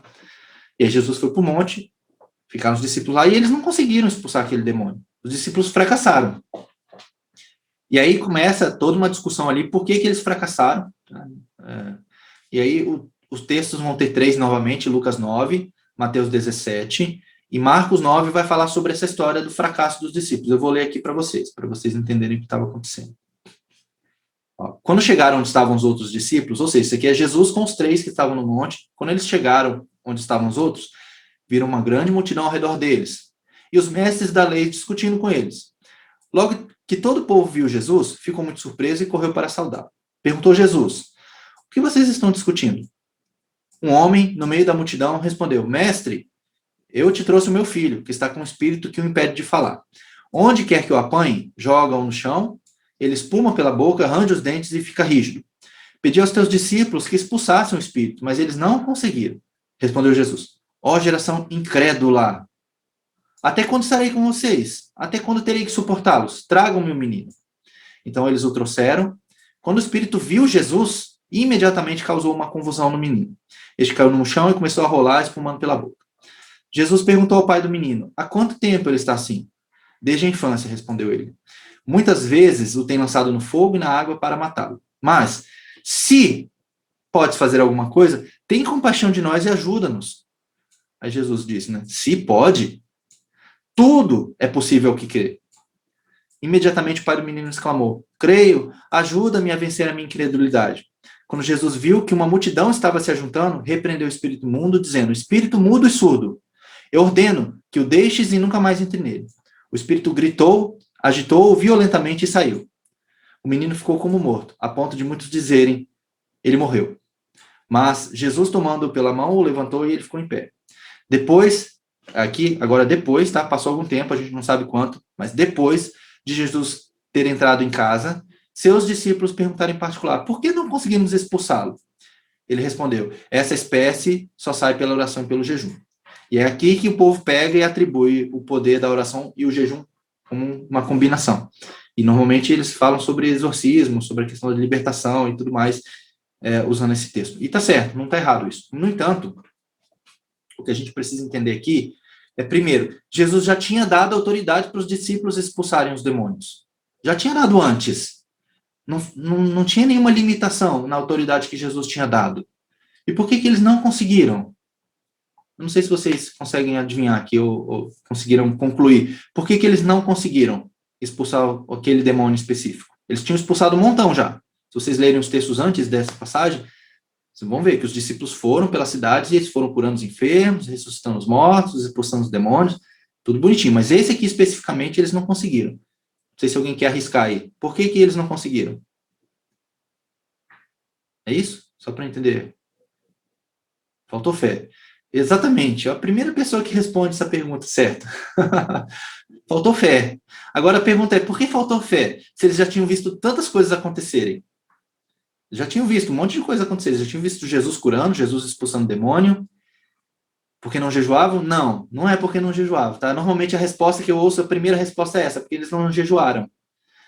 Também, tá? Mas vocês vão entender isso um pouco melhor. Por que faltou fé? Aí a gente precisa entender um pouco mais como funciona a cultura judaica para a gente entender um pouco melhor isso, tá? Jesus, quando expulsou o espírito, ele disse assim, espírito surdo e mudo. O espírito surdo e mudo, ele não fala e nem ouve, obviamente, né? É surdo e mudo. Existia um tabu. A questão de exorcismo para o judeu, isso é algo comum da cultura judaica e de vários povos ali daquela região, tá? Não era nada novo para o judeu a questão do endemoniado e de expulsar o demônio e tudo mais, tá? Isso era algo que eles conheciam e é justamente porque eles conheciam isso que eles estavam discutindo ali entre os discípulos, né? No entanto, existia um tabu, porque o exorcismo, até hoje se pratica isso, né? Essas sessões de libertação, normalmente eles conversam com o demônio, né? O que, assim, não faz muito sentido, mas muito baseado no que Jesus fez uma vez, né? Jesus, em uma das ocasiões onde ele expulsou um demônio, ele falou assim pro demônio, como é que é o teu nome? Aí o demônio falou, meu nome é Legião. Na verdade, não era um, eram vários, né? E aí, por causa disso, muita gente acha que tem que ficar entrevistando o demônio, né? Isso não é muito bíblico, mas tudo bem. Mas os judeus, eles tinham esse tabu, que eles precisavam interagir com o demônio, digamos assim. Só que o demônio era surdo e mudo. Ele não ouvia, ele não falava. Como é que eu ia interagir com esse demônio para dar uma ordem para ele? Então, provavelmente, isso é uma possibilidade, não é uma confirmação, tá? Mas é muito provável que os discípulos não conseguiram expulsar o demônio porque eles não criam que eles conseguiriam fazer isso, porque aquele demônio era um demônio surdo e mudo. E aí eles não criam, e aí por não crerem, eles não conseguiram. E aí por isso faltou a fé. E aí quando Jesus diz assim, que essa espécie de demônio só sai pelo jejum e pela oração, não é porque jejum mais oração dá autoridade para expulsar aquele tipo de demônio específico. Porque o que Jesus disse quando as pessoas disseram para ele que não conseguiu? Ele falou assim, geração incrédula. Então o problema deles não era a questão do jejum necessariamente. O problema deles era serem incrédulos. Eles estavam duvidando do poder de Deus naquele momento. Quando o pai do menino veio falar para Jesus, disse, Senhor, me ajuda. Se puder, se pode fazer alguma coisa, me ajuda. E Jesus disse, se podes, tudo é possível ao que crer. Então, o que faltou ali foi crer, foi fé. E quando Jesus fala que essa espécie de demônio só sai pela oração e pelo jejum, aí o meu entendimento, e vocês fiquem à vontade para discordar, é que, na verdade, quando você faz jejum e oração, o que você mais fortalece é a sua fé. A sua fé cresce, ela fica robusta, forte. E talvez, aí sim, faltou isso para os discípulos. Talvez tenha faltado isso para eles. Ou porque eles estavam muito confiantes em si mesmos, né? Porque eles estavam cheios de autoridade do Espírito e tudo mais, vamos lá e vamos fazer, vamos curar. E aí eles estavam ignorando que eles precisavam ainda assim também fortalecer a fé deles, ou por alguma outra razão. Mas é como eu consigo entender esse texto. Eu não sei se isso faz sentido para vocês, tá? Mas no fim das contas, a conclusão que eu consigo chegar na minha interpretação dessa passagem é que a oração mais jejum é fortalecimento da fé. E aí, olha só o que aconteceu depois, tá? Em Lucas 10, a continuação dessa passagem, tá? Depois acontecem outras coisas. Em Lucas 10, olha o que os discípulos dizem agora. E agora voltaram os 70, que foram 70 discípulos enviados na segunda vez. Na primeira vez, Jesus enviou os 12. Na segunda vez, Jesus enviou 70 discípulos para fazer a mesma coisa, para curar os enfermos, libertar os cativos, expulsar os demônios. E aí, agora, os 70 voltaram dizendo assim, voltaram com alegria, dizendo, Senhor, pelo teu nome, até os demônios se nos sujeitam. Agora não tinha mais esse problema de, não consigo expulsar esse demônio. Não, agora não tinha mais. Por quê? Porque agora a fé deles estava fortalecida. E aí, a partir daí, eles conseguiram operar aquilo que Deus os comissionou para fazer, né? Deus, Jesus, né, no caso, deu uma ordem para eles, vão lá e preguem o evangelho para as pessoas agora. E vão lá e curam os enfermos, expulsem os demônios. Agora eles criam realmente. E aí não tiveram mais esse problema. Não sei se fez sentido isso para vocês, tá? Mas é como eu consigo entender. Mas, de fato, oração mais jejum é poderosíssimo, gente. Poderosíssimo. A gente precisa praticar isso. Uma das pessoas que respondeu o questionário, acho que eu até citei aqui, disse assim, não tenho certeza se eu estou fazendo certo. Porque no meu momento do jejum, eu não consegui dedicar muito tempo para Deus. E, de fato, gente, se a gente, no momento do jejum, a gente não ora, a gente está perdendo uma excelente oportunidade de se fortalecer muito. Muito mesmo. O Carlos colocou o texto sobre a fé, né? A fé é como um grão de mostarda, né? E é interessante essa passagem. A gente vai ter uma reunião só sobre fé, tá? Eu vou falar só sobre fé. Eu vou só aproveitar o comentário que foi deixado aqui para não perder a deixa. Quando Jesus fala fé como um grão de mostarda, não necessariamente é porque a fé é pequena, tá? Jesus vai falar, né, que a semente de mostarda, apesar de ser a menor, ela se torna uma grande árvore. E o problema não é a fé ser pequena. O problema é a fé que não cresce. Então, quando a gente tem uma fé que é pequena, mas a gente exercita essa fé, e aí uma das melhores formas de exercitar a fé é oração mais jejum. Essa fé cresce a ponto de se tornar uma grande árvore. Vocês vão ver mais sobre isso quando a gente falar sobre fé. Vamos continuar. Agora, para a gente ir indo para o fechamento aqui desse tema, tá? Uma reflexão para você. Se você fosse lutar contra você mesmo, pensa agora, tá? É você contra você. Você quer se derrubar, tá bom? Que armas você usaria? Que estratégias você usaria? Pensa um pouquinho. Se você quisesse derrubar você na fé, tá? No teu espírito, te desviar da caminhada, te afastar de Deus, o que você usaria contra você mesmo? Agora, a pergunta que segue é essa, né? O que você acha que o inimigo vai usar? Você acha que o inimigo vai esperar você se preparar para ele usar isso contra você? É uma reflexão importante, gente, porque assim, o jejum, e eu falei um pouco sobre isso também na semana passada, o jejum é algo que a gente faz para estar forte. Jesus, quando jejuou, ele jejuou porque seria tentado. Ele não jejuou porque estava em tentação. É o contrário. Ele primeiro jejuou porque ele sabia que seria tentado. Então ele estava se fortalecendo para que quando viesse a luta, ele estivesse forte. Imagina se Jesus não estivesse preparado para aquele momento, né? A mesma reflexão da semana passada. E se Jesus tivesse pecado? Já pensou?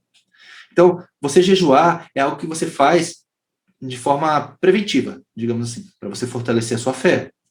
Então, não espere que o inimigo vai ficar esperando você fazer jejum para só depois te atacar, não. Ele vai te atacar principalmente quando você estiver fraco.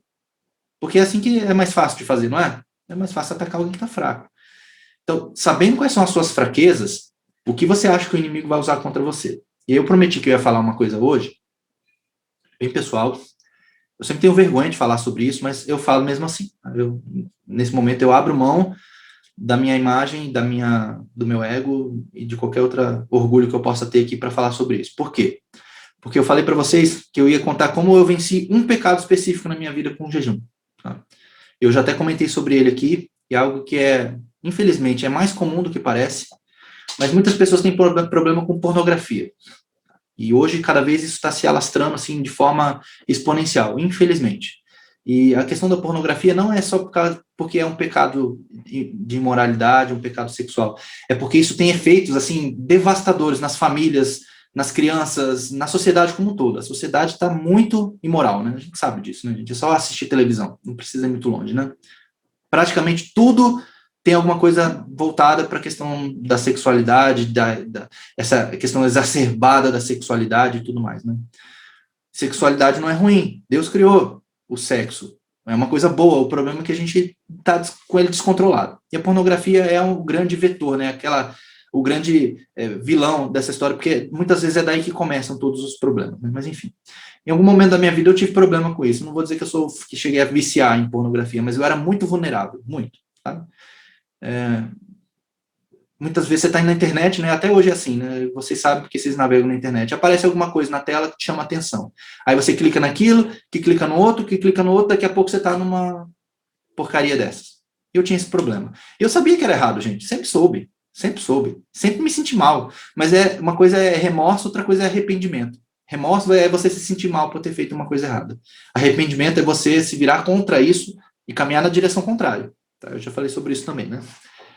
E eu tinha remorso, eu não tinha arrependimento. Mas um dia, eu falei assim, chega, eu não posso mais viver assim. E foi nessa mesma época que eu comecei a praticar o jejum. E eu fiz um propósito diante de Deus. Falou assim, eu preciso me libertar disso, me ajuda. E eu fiz um dia de jejum. Para vocês verem como isso foi poderoso na minha vida. Eu fiz só um dia. Foi o primeiro jejum de 24 horas que eu fiz, consciente.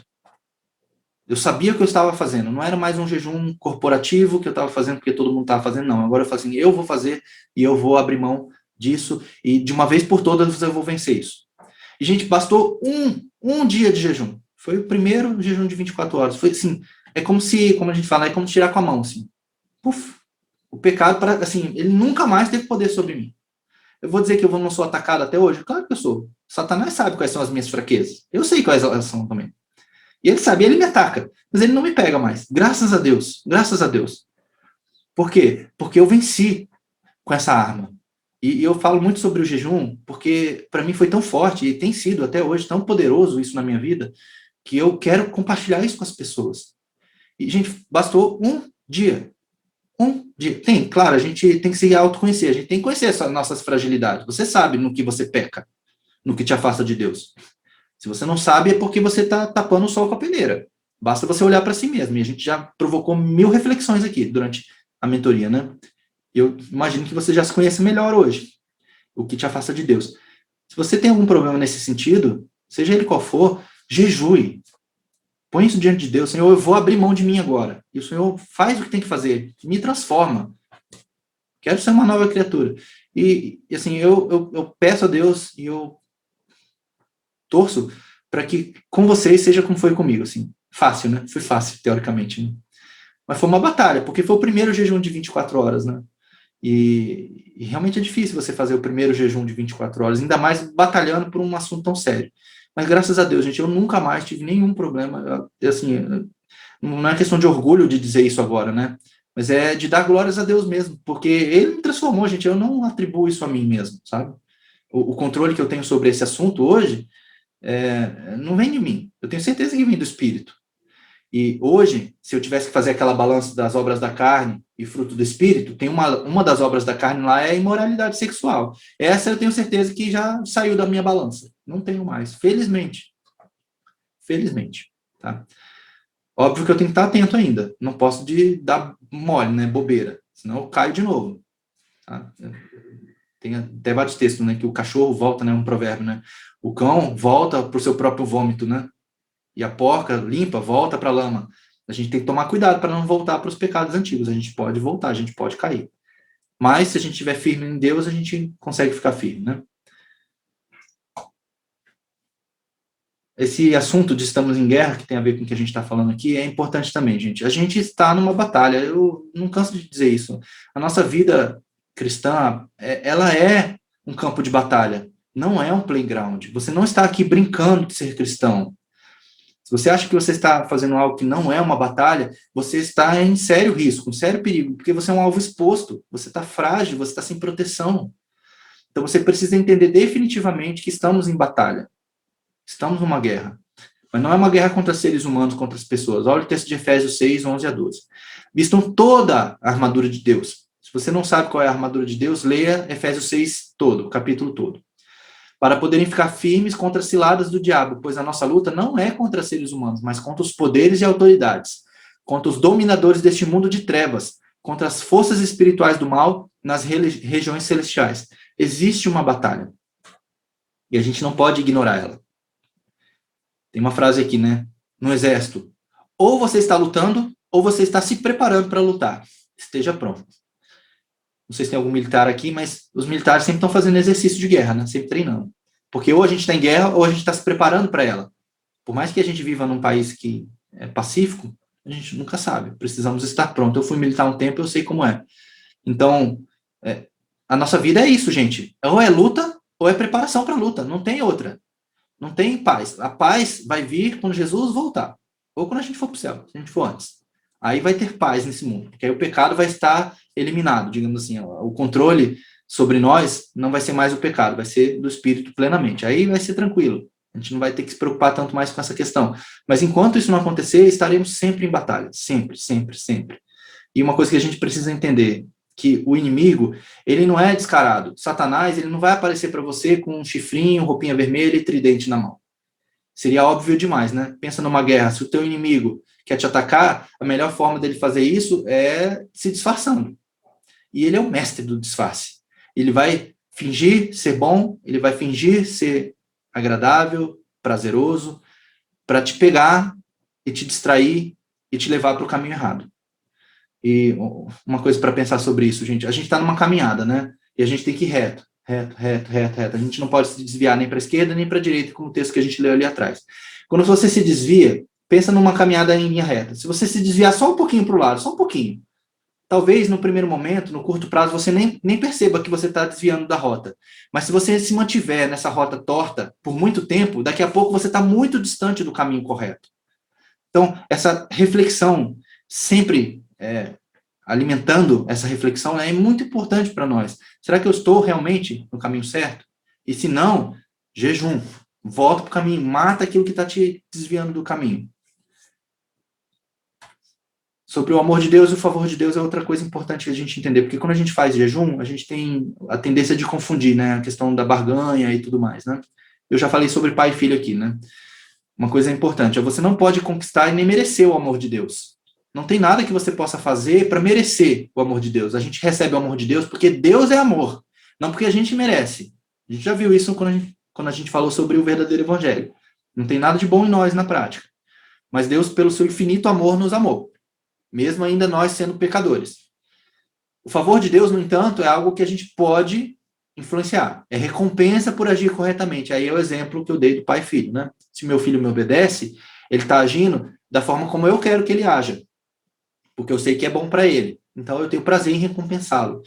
E isso não é o amor de Deus, isso é o favor de Deus. O meu filho, e quem é pai que entende isso, ele pode fazer o que for, que eu vou sempre amar ele. Sempre, sempre, sempre. Ele pode fazer tudo errado, que o meu amor por ele vai continuar lá. Agora, o quanto ele consegue me agradar, isso ele tem influência. E se ele me agrada mais, eu me sinto mais disposto a recompensá-lo. Eu não sei se isso faz sentido para vocês, mas é assim que funciona com Deus também. E aí os textos bíblicos aqui, ó, Salmo 84:11. O Senhor Deus é sol e escudo. O Senhor concede favor e honra. Não recusa nenhum bem aos que vivem com integridade. Integridade é um princípio bíblico, é um princípio divino, viver com integridade.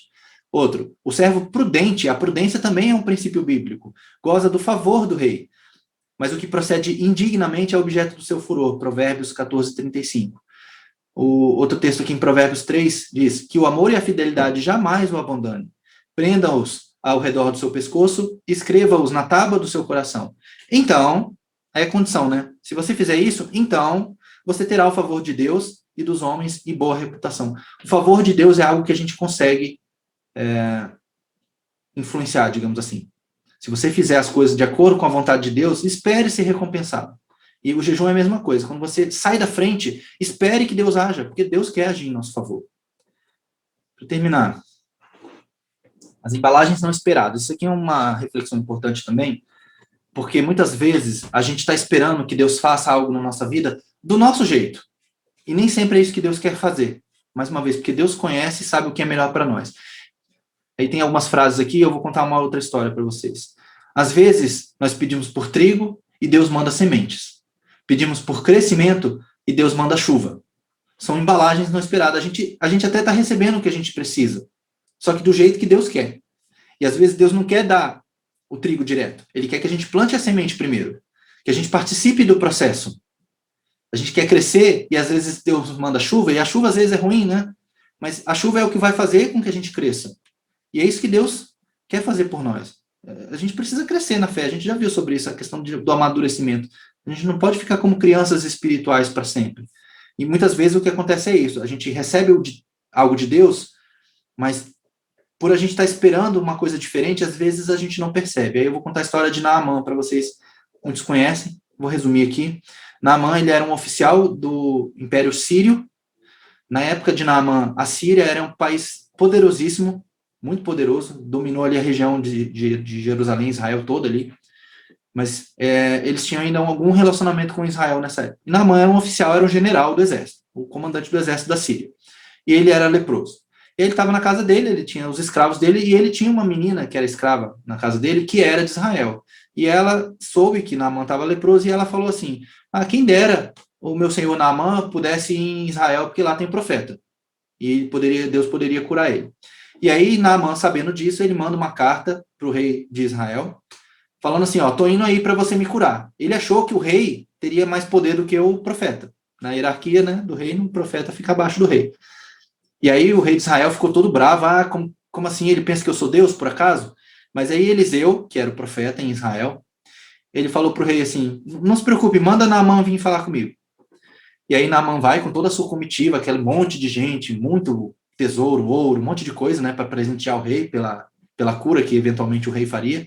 Ele vai com toda a sua comitiva para Israel. Ele chega na casa de Eliseu, Eliseu nem sai de casa para receber o oficial Naamã. Ele meio que ignorou Naamã. Ele só falou assim, mandou um recado para Naamã, vai no Rio Jordão e mergulha 7 vezes e você vai ser curado. E o Rio Jordão, não sei se vocês já viram alguma imagem do Rio Jordão, ele não é um rio limpo, ele é um rio barroso, assim, aquela água escura, né?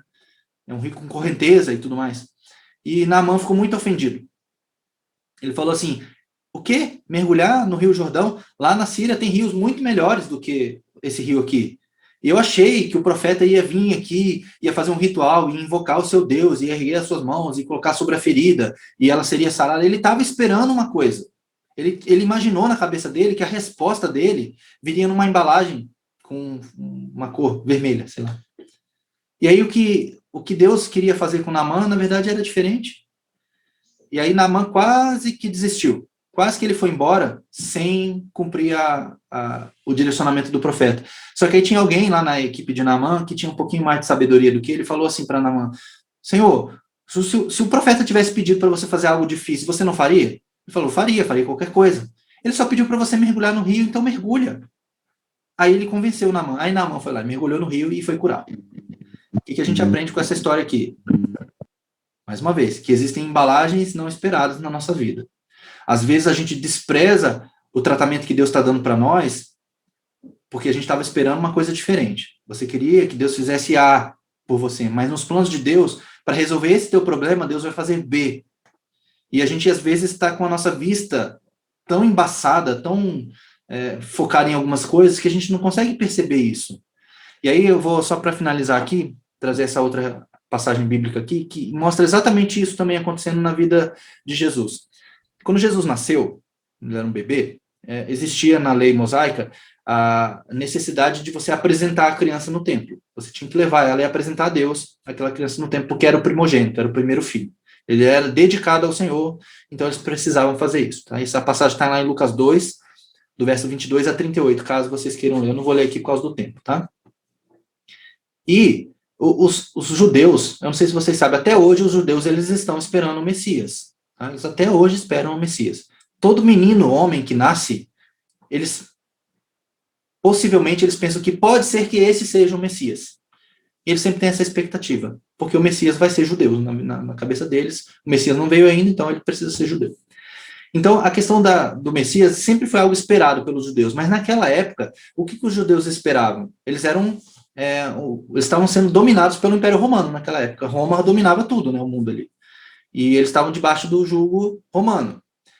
E eles queriam ser independentes novamente. Então, eles esperavam que o Messias fosse um líder militar, que viesse uma pessoa que fosse liderar os judeus para libertá-los do domínio romano. Era isso que eles estavam esperando. Essa era a embalagem que eles esperavam. Mas aí Jesus nasceu como uma criança pobre e foi ser apresentado no templo. E tinha 2 pessoas lá no templo que esperavam a vinda do Messias também, que era Simeão e Ana. Eram 2 anciãos, 2 idosos, que eles esperavam ansiosamente pela vinda do Messias. E Simeão, em especial, ele tinha recebido de Deus uma confirmação de que ele não morreria sem antes ver o Messias. Só que ele já estava velho. Imagina quantos anos esse homem não estava esperando.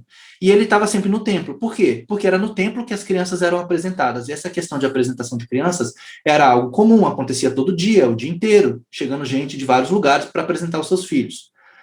E eu fico imaginando Simeão lá olhando, chegou mais um menino, será que é esse?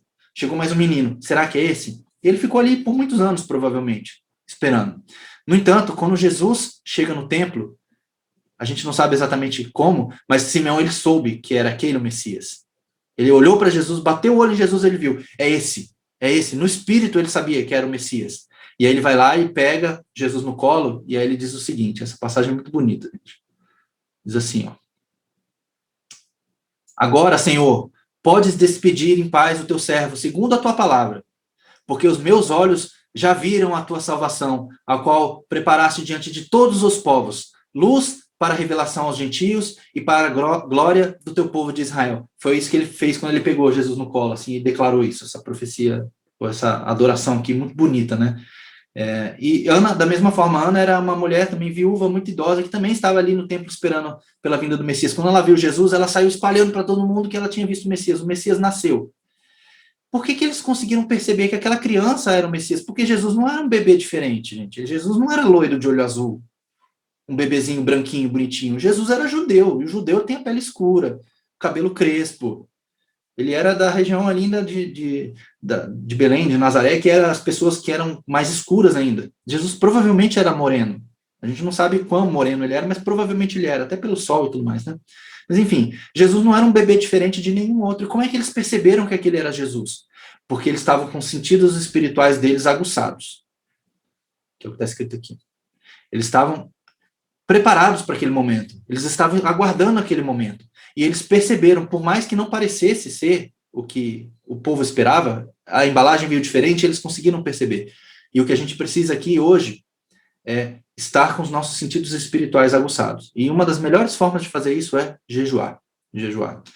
E aí, só para finalizar essa passagem aqui, quando você trazia um menino para o templo para apresentar, você tinha que trazer uma oferta também. E a oferta ela podia ser de duas formas. Isso está lá em Levítico 12, quem quiser ler, tá? Você podia trazer um cordeiro e uma ave, uma pombinha ou uma rolinha. Ou, se você fosse pobre, você poderia trazer 2 rolinhas ou 2 pombas, tá? Que era um bichinho bem mais baratinho, né? O cordeiro sempre foi um animal mais caro.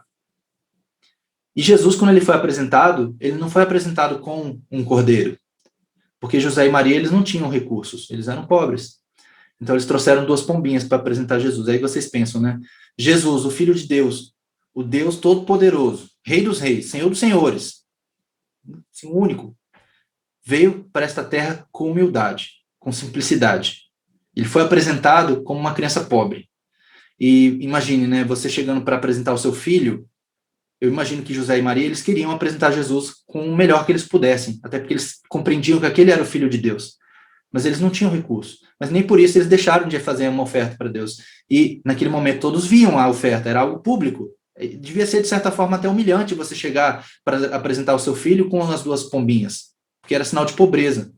Mas, e é algo que a gente precisa compreender, eles chegaram com as mãos vazias de bens, mas cheias de Deus. Eles não estavam apresentando Jesus com um cordeiro, eles estavam apresentando o Cordeiro de Deus, diante do próprio Deus. Que oferta maior que essa?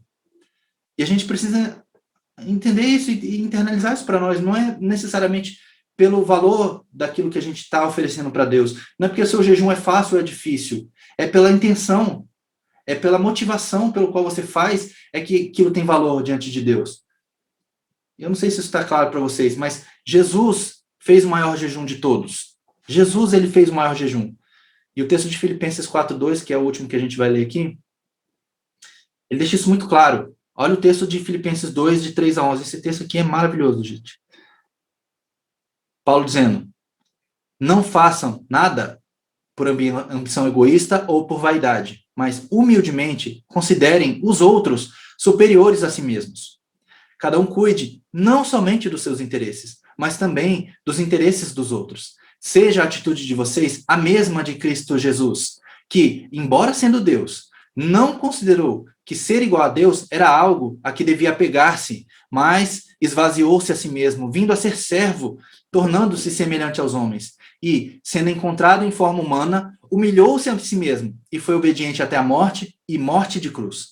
Por isso, Deus o exaltou à mais alta posição e lhe deu o nome que está acima de todo nome, para que o nome de Jesus se dobre todo o joelho no céu, na terra e debaixo da terra, e toda língua confesse que Jesus Cristo é o Senhor, para a glória de Deus Pai. Aleluia. Esse texto aqui, gente, é demais, gente. É demais. Esse texto aqui mostra o que Jesus veio fazer. Ele veio fazer o maior jejum de todos. Ele abriu mão da sua divindade, da sua honra, da sua glória, para vir aqui e morrer no nosso lugar. Gente, isso aqui é fantástico, é maravilhoso. E se isso não nos move a querer fazer um pouco disso também, tem alguma coisa errada. Tem alguma coisa errada. A gente precisa entender e praticar isso. O jejum, o verdadeiro jejum, não necessariamente é o jejum de comida ou de prazeres. É o jejum de nós mesmos. E assim como Jesus fez um jejum dele mesmo, da sua divindade, da sua glória, da sua honra, do seu prestígio eterno e celestial, nós também temos que fazer a nossa parte aqui e abrir mão de nós mesmos também, para que Deus possa vir na nossa vida e nos abençoar. É isso, gente. E agora? E agora é jejuar mais. Quem não fez jejum, eu espero que agora esteja um pouco mais claro como fazer. Se você ainda não está motivado a fazer, eu espero que agora você esteja motivado. Se você já fez, faça de novo. Reavalie o seu propósito. Faça de novo. Se prepare, estamos em guerra. Faça direito. Não adianta fazer o jejum e continuar vivendo a vida do jeito que ela era. Continuar fazendo tudo errado e, enfim, né? Você precisa fazer isso direito. Esteja com os teus sentidos espirituais aguçados. Talvez alguns dos que disseram, não tive nenhuma experiência diferente, talvez só não perceberam. Talvez Deus tenha feito algo que você não percebeu. Então esteja com sentidos espirituais aguçados. E pratique a oração e o silêncio durante o jejum é a nossa dica aí para essa semana. É isso que eu tinha para hoje. Espero que tenha abençoado a vida de vocês. Passou um pouquinho da hora, me perdoem. Alguém quer comentar alguma coisa? Então tá bom, gente. Se ninguém tem nada para falar, a gente se despede aqui. Fiquem com Deus, uma boa semana para vocês, um bom fim de semana. Deus abençoe. Tchau, tchau.